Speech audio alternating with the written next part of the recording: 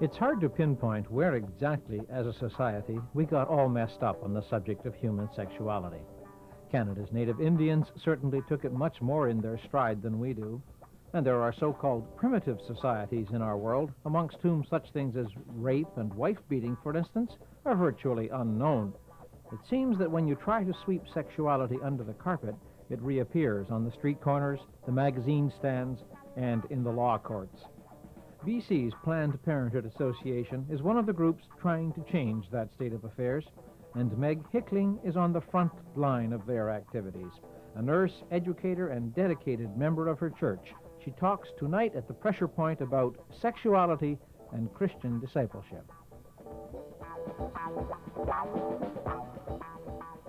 Welcome to Pressure Point. My name is George Searcy. I'm your host for this evening, and we have as our guest Meg Hickling. Meg is the education coordinator for the Planned Parenthood Association of British Columbia, working in the Lower Mainland. And I thought, Meg, to get into your work and to your discipleship, a question might be, where does your work take you?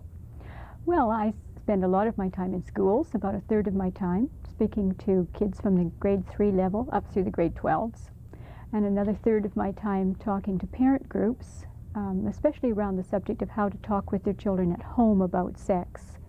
And another third of my time is spent putting on workshops for professionals like doctors and nurses and clergy and pharmacists and social workers. Those kind of people that you would expect to have some knowledge about sexuality because of their daily lives and their professional life, but who probably didn't get very much when they did their own training. If I were to describe your work as being involved in sex education, would you add anything to that definition? No, I wouldn't. That really does seem to describe it all for me. Yes. Okay, now that to me, and for some people, would be a little frightening just to put that kind of a bald title on it. That's right. When you go into a classroom, say with grade 5 students, right. What would you do? What would you say? How would you approach the topic? Well, of course, what a lot of people think is that we're going in there to talk about sexual intercourse and how wonderful it is, but not at the grade 5 level. Through the elementary schools, most of our education is built around their puberty changes that their bodies are experiencing. What we're trying to do is make them feel good about the changes that are happening, to understand the changes, to give them the language, the vocabulary in order to communicate. Can you give me an example of that? Yeah. I think one of my favorite stories in this area is to get people to think about what it's like to have a newborn baby, and a baby who's growing through his infancy or into her toddlerhood. And what we do is we work with babies. We say, now these are your ears and these are your eyes, and we're really excited when the baby learns all of that. And we get down, and it's really exciting when the baby finds a belly button. And where's your belly button? And this is a great party trick that all babies have. And they pull down their diapers and they pull up their shirt, and there's the belly button. And everybody thinks that's really cute. And then we make a giant leap from the belly button to the knees. And we don't talk about any of this in between. And so what we're trying to do is make children understand that words like penis and clitoris and vagina are ordinary, polite words to use. Not the words that most of them have heard as slang or even dirty words. So they're going to use words with regard to those parts of their bodies, but you're using the correct words and hoping to... That's right, yeah. I started life 100 years ago as a nurse, and you know, I worked with patients who were 40, 50, 60, 70 years old who couldn't tell me what was the trouble. What I got was, nurse, it hurts down there. And I had to guess how far down to go, you know, because they only had slang language, and because I was a woman and a nurse, they wouldn't use that slang language. And so there was this great gulf in communication. Do you get any kind of reaction from parents when you work that openly with children? One of the things that I usually insist on is that I have a session with the parents of the children beforehand. And so most schools are very good at providing that. Here in the Lower Mainland, we work through what are called the school consultative committees. It used to be the old PTAs. And those parents are invited to the school one evening, and I explain the whole program, and I also try to foster a team effort between the parents and the school in providing this kind of information. And so you don't get the kind of feedback I'm thinking of then, a kind of don't talk to my child like that reaction. That's right. Often parents will initially say that, oh my goodness, you're going to talk to him about his penis? But once we've explained to them that all children have worries and concerns about that, then they can understand how valuable that is. For instance, one of the things that we find is that children in elementary schools are terribly, terribly worried that they've got breast cancer. And I don't mean to take anything away from Terry Fox's magnificent achievement of raising all that money for cancer research. But what that campaign did was to raise the specter of cancer in our children's minds. And so they know that if you find a lump in your breast, that you're dying of breast cancer. And so what they say is, well, I've got some breast development here, and of course the more they touch the breast, the harder the nipple gets, and that provides a second lump, and they're terrified.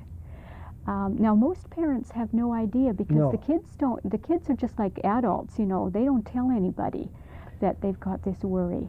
Do you notice a change in the child as you begin to relate that to them? Oh yes, that's really exciting. At first, when I go into the classroom, the kids, because we've had the meeting with the parents and the notices have gone home to ask for the parents' permission, it's always an option that a parent can take his child or her child out if they don't want it. Because they've had all this advance notice, they're really excited. The sex lady is here today, and there's a lot of nudging and giggling and so on going on. But I tend to be fairly calm about all of that, and I explain to them that this is a subject that's very embarrassing, and it's not something that we normally talk about in public, but that we're going to do our best today to answer all of their questions. And they very quickly calm down. You must get some reaction from the parents in terms of, even you're talking to the children that way and they know that. Mm-hmm. They haven't heard that kind of talking before. No, that's a good point. How do they respond to it? Well, most parents, I find, are incredibly grateful for the evening that we give them.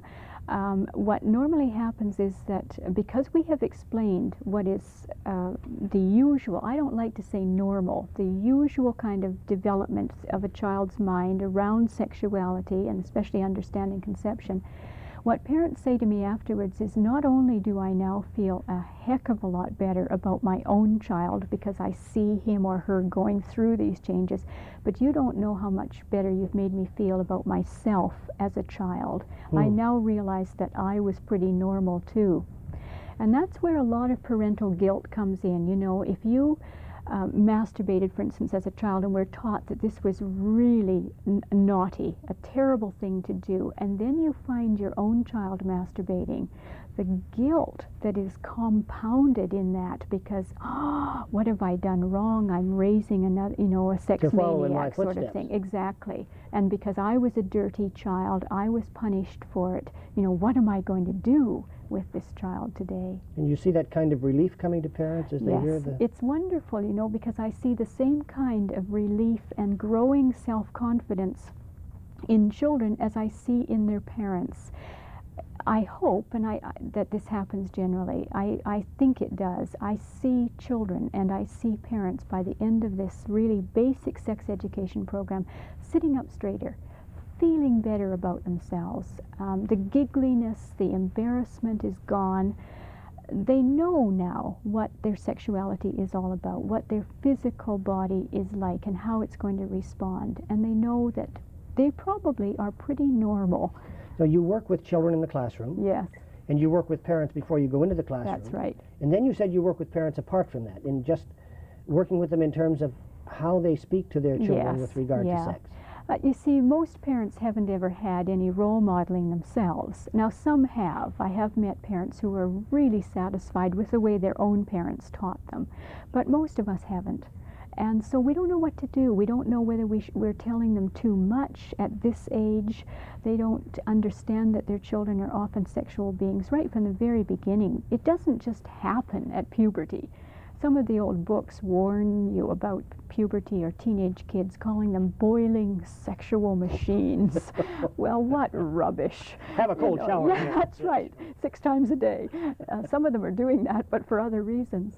Yeah, yeah. So what it does is allay some of that. Now, you talked about working with children in schools and with parents and then with professionals. And you Yes. mentioned doctors. Mm-hmm, mm-hmm. What?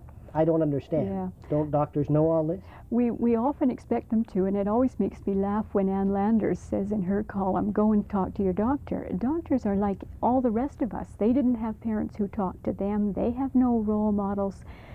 It was illegal in Canada to talk about family planning or to sell birth control methods until 1969. How old is the Planned Parenthood Association?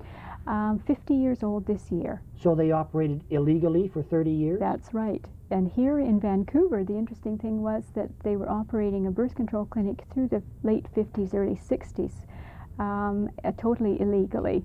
And one of the stories that the old pioneers if I can talk about the 60s, tell is this lovely story of an underground kind of clinic that they had in an old house near the Vancouver General.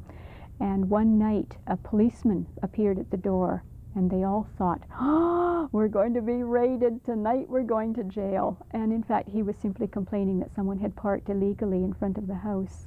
But that's how strong the paranoia was. People actually did go to jail in Canada for talking about birth control. And it wasn't changed until 1969. That's when Trudeau made his famous statement, about the government has no place in the bedrooms of the nation. And therefore the criminal code was changed. That's right. But surely Yeah. it was taught on university campuses in terms of medical school and that kind of. No, because it was illegal, it wasn't taught, and so we see no one had the expertise either. If it wasn't taught, then we didn't develop people who felt competent to teach it. We've borrowed a lot of material from other countries to use now, countries like Scandinavian countries where they have been much more liberated about this whole thing than we have been. Right. So we've used a lot of their curricula in our teaching, but it's got a long way to come. Do you get a good reaction, Meg, from the professionals as you work with them? Do you find them knocking at your door to learn? Yes, I think they're very good about that. I think a lot of them realize how ignorant they are. The problem today in the 80s is that many professional groups do not have the money for in-service education. And so it's very difficult, for instance, for a group of public health nurses or a group of school teachers to get a course Well, what about the high school counselors, Meg? They've been working with school children and older school children for all those years, and they have not this background? No. It's amazing how many calls we get at Planned Parenthood from counselors saying, help, I've got this child who's pregnant or thinks he has VD or whatever. What am I going to do? They don't have that kind of training. Okay, what do you tell them to do? Well, for instance, if the child is pregnant, there are a number of things that can be done. And the first is always our advice is to try and get some communication going within the family. Try to see if the child won't go to the family doctor. Can the child involve his or her parents in this? And I speak of boys as being pregnant too, because I think they're a very forgotten segment of this whole scene. And it's important that the boy be a part of that whole scene, that not be separated off? I think so, although it does depend on the boy and the circumstances, But if he's willing to be involved, I think that should be encouraged, yeah. So you try to get them into medical care as quickly as possible so that they can make some decisions about what to do. The school nurses are very good, I find, in the Lower Mainland at being good counselors and good resource people.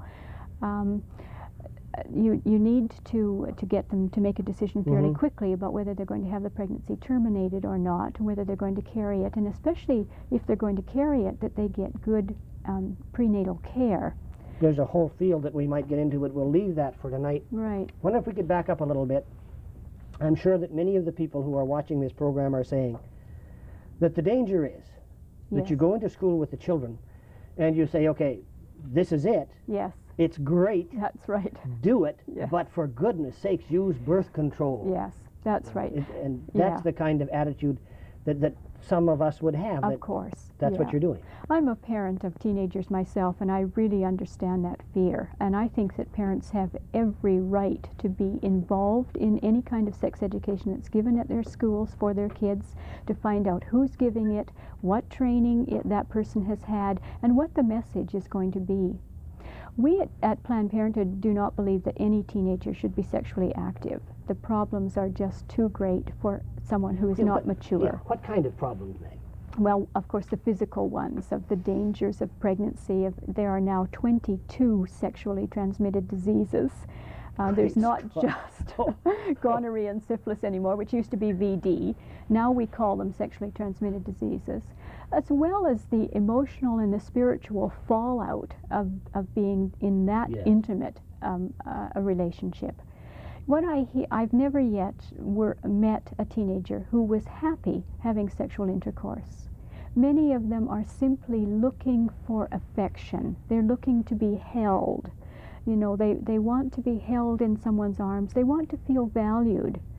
And unfortunately, for many parents, when the child reaches puberty, they withdraw their physical affection. Father stops hugging daughter, mother stops kissing son. Now, mind you, the kids ask for this too. But I think that we as parents need to be a whole lot more open about that. We as a society need to be more open about touching other people. And so our teenagers are living in a very sterile physical world. And for many of them, all they're doing is looking to be held. They don't have the maturity to call a halt just before the penis goes into the vagina. So intercourse is a big problem for them because they don't know when to stop. You know, they get carried away with the necking or the petting, if you will. Yeah, I've forgotten now where we were going with this. We were going with that in terms of my asking you, is the danger that you're saying, you know, this is it, but it's great, but be sure and practice birth control. But you're saying, no, you don't do that. The dangers are emphasized. Yes, and we do everything we can to support virginity. I think that one thing we must remember is that we in Canada are brainwashed by American statistics. You will see headlines all over the place in American magazines, especially in magazines that are specifically aimed at teenage girls, 17, Glamour, you know, Cosmopolitan, and so on. The headlines will say 80% of American teenagers are sexually active. Well, our Canadian teens read that and think, boy, something's wrong with me here. And if you watch that column in the Vancouver Sun called the Youth Clinic, you will see all kinds of children I call them, writing in saying, look, I'm 14 and I haven't got a girlfriend yet. What's the matter with me? There's a wonderful professor at UBC called Margaret Arcus, who's in the Home Economics Family Life Studies program, and she did a study not long ago with a colleague in Dalhousie University, and they discovered that, in fact, 60% of Canadian teenagers are virgins and have not had sexual experience.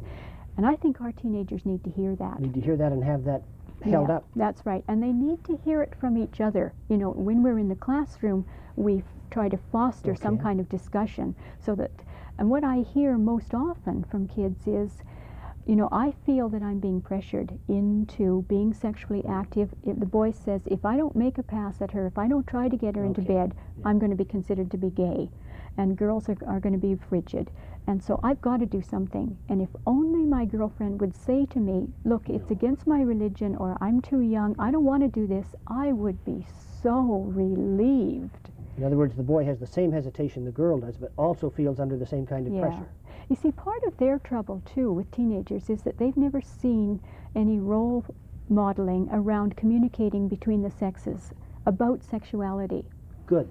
And so they don't know that this is an appropriate thing to do. We try very hard to set up situations where they can hear from each other what it's like. One of the things that I insist now when I go into the schools is that the class, if at all possible, must be coeducational. I will not talk to groups of boys or groups of girls if I can help it. Even to the little ones? Even the little ones. because I think what we're doing is we're stereotyping. We're saying boys don't talk to girls about this, and girls don't talk to boys about this. And so what I hear from kids in high school is, yeah, I had intercourse with my boyfriend or somebody last night, and when I saw him in school today, I just wanted the floor to open up and swallow me, because there's no dialogue. Of course, there's no dialogue. Hey, Meg, there are a couple of questions I really want us to be sure and touch before we're finished. One of them is, and perhaps you've already touched on it, would you care to say something about the results of your work in the classroom, or with parents, or with professionals? Just a very satisfying area in any of those. Yeah. Well, one of the things that I like to talk about in the area in the classroom is that every single study that has been done around the world shows that the more children understand and know about their sexuality, the more responsible they are. That it's the kids who don't know who are vulnerable. You know, if you don't know that babies are made when the penis goes into the vagina, then you don't know to call a halt to that kind of activity or not to indulge in it. With professionals and parents, I think, just as I said before, that tremendous increase in self-confidence that, you know, this is not such a bad thing after all. I've got the hang of it. I don't like to insult people's intelligence by offering them skill courses and that sort of thing. It always seems to me that if you just explain to people, this is the way it works, they can do the rest of it themselves, you know. They have a much better chance. Yeah. And everybody has different values and different ethics and different morals. And I'm not there to tell you that your morals are all off. I'm there to give you basic information, and then you decide what you do with that. I was at a dinner tonight in a church. Right. And I had to leave. Yes. To come to the studio. And you told them all you were coming down here to do sex, didn't you? I said I was coming to tape a program for Pressure Point, and said that I was going to be speaking to Meg Hickling. And this lady sitting next to me, that's great. She did a fantastic job when she came to our church. Okay, Meg, I can see it in the school and with the professionals. But in the church. But in the church. This is a new departure. And we have titled this program on Sexuality and Discipleship. Would you care to say a word about how you see your mission as a disciple in the work that you do? I think that being in the churches is one of my most satisfying areas that I work in, because it's so neat for me as a Christian to be able to use my God language in the same breath when I'm talking about bodies and so on. That is really exciting, and I love it when I get invited to do Sunday school groups and youth groups and parent groups and so on within the church. For me personally, it's so nice to be with church people who can understand my God language, who know where I'm coming from when I talk about sexuality being a gift. We just have to learn how to be creative and responsible around it. You know, it's like if you gave a person who knew nothing about valuable gems, a person who'd never learned to value a diamond or a ruby or what, if you gave them that, they would say, well, what's this rock? You know, it's kind of pretty, but they wouldn't value it, they wouldn't take care of it. And they'd never think of finding out how much it was worth or anything like that. They don't have any responsibility to that rock, that gem, because they don't know what it is. And I think our sexuality is like that unless we learn about it, we can't value it. Do you find it even tougher sledding in the church than you do in the schools and with the parents in the schools? Because of the kind of background in the church, the kind of attitude towards sex that somehow is forward in the church, that is, that it's sort of not to be spoken of, that it's off to the side. Well, virgin births and things. That whole kind of background where so many of the things that we have in the church, like our order is decided on the basis of our sexuality. Only men will be ordained or what have you. Right, yes. And somehow the whole church attitude seems to be against the kind of thing. Yeah, that's right. Do you find it tougher in the church? I find it tougher to get into the churches initially.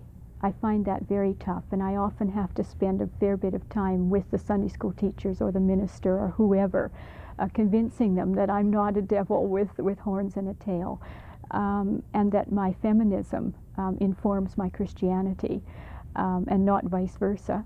Or maybe vice versa. I don't know. I'll have to think about that one. But anyway, you know what I mean. I find it harder to get into the churches, but once they trust me, then it's very easy. It's totally enjoyable. What often frustrates me in the secular world, in the schools, is this idea that if the word gets out that I'm a church-going person, they often think that I'm going to be very prudish. Yes. And often people will say, "You go to church and you talk about sex. How can you do that?" But they've never heard of anybody being like that before. That's new, and I find it harder to say to secular people, "Hey, wait a minute. We church people don't all walk around in nuns' habits or whatever, you know." One of the things I hear you saying as you work at your discipleship Yes. and your mission is that, well, in our time, in many of the churches, our theology is spoken in terms of justice, Yes. in terms of disadvantaged, the poor. Yes. And I hear you saying something like, those who do not have this kind of understanding of their Right. sexuality Yeah. and their background are Yeah. disadvantaged Yes. and are poor, and And there's a that's place to reach out to them. Exactly. That's where I see my mission. I think that Christ meant us to be out there helping the disadvantaged and the poor and those who are not receiving justice. And so often I find adults whose lives have almost been destroyed because they didn't have the sexual knowledge that they needed. Women who are still getting up to go to the bathroom after they've had intercourse because they think that the urine will wash the sperm out, not understanding that the digestive system is totally separate from the reproductive system. And very often what I hear from adults is, you know, I learned so much tonight. I just can't believe it. I've had 3 kids and I didn't know 1/4 of what you talked about tonight. Mm-hmm. In terms of your experience and your understanding, what really worries you as you work with the children and with the parents? Yeah. What really worries me, I think, is this whole problem, and I almost hesitate to bring it up, but this whole church response to abortion. I think that's very destructive. There's a real stumbling block in communication there. I get very upset when I meet problems like that, especially in Do you see bringing it the coming church from to the sort of the church background in terms of its attitude towards sexuality across the centuries, or is it a... Oh, I think so. I think it's there's a basic theological question there, maybe one that we'll never be able to answer. You know, when does the Life soul begin. enter the fetus or whatever? You know, we're never going to be able to answer that, as far as I can tell. And so it seems to me that those people who are anti-abortion are often very religious people. And of course... But I'm a very religious person too, I think, and I'm feel that I'm pro-choice. You know, where do we stand to talk in all of that? And what kind of an image is the church putting out there for the secular world when we fight among ourselves about in that way, Yeah, on such an important issue. exactly. Meg Hickling, thank you very much. It's been a very worthwhile half hour. Nice to be here. This has been Pressure Point. Thank you very much for sharing with us tonight. Good night. Pressure Point is a production of Interchurch Television, a cooperative venture of Anglican, United, Roman Catholic, Presbyterian, Lutheran, and Baptist churches in the Vancouver Lower Mainland. We welcome your comments and your inquiries concerning the program. You may contact us at 1955 West 4th Avenue, Vancouver, V6J1M7. Or call us at 734-0434.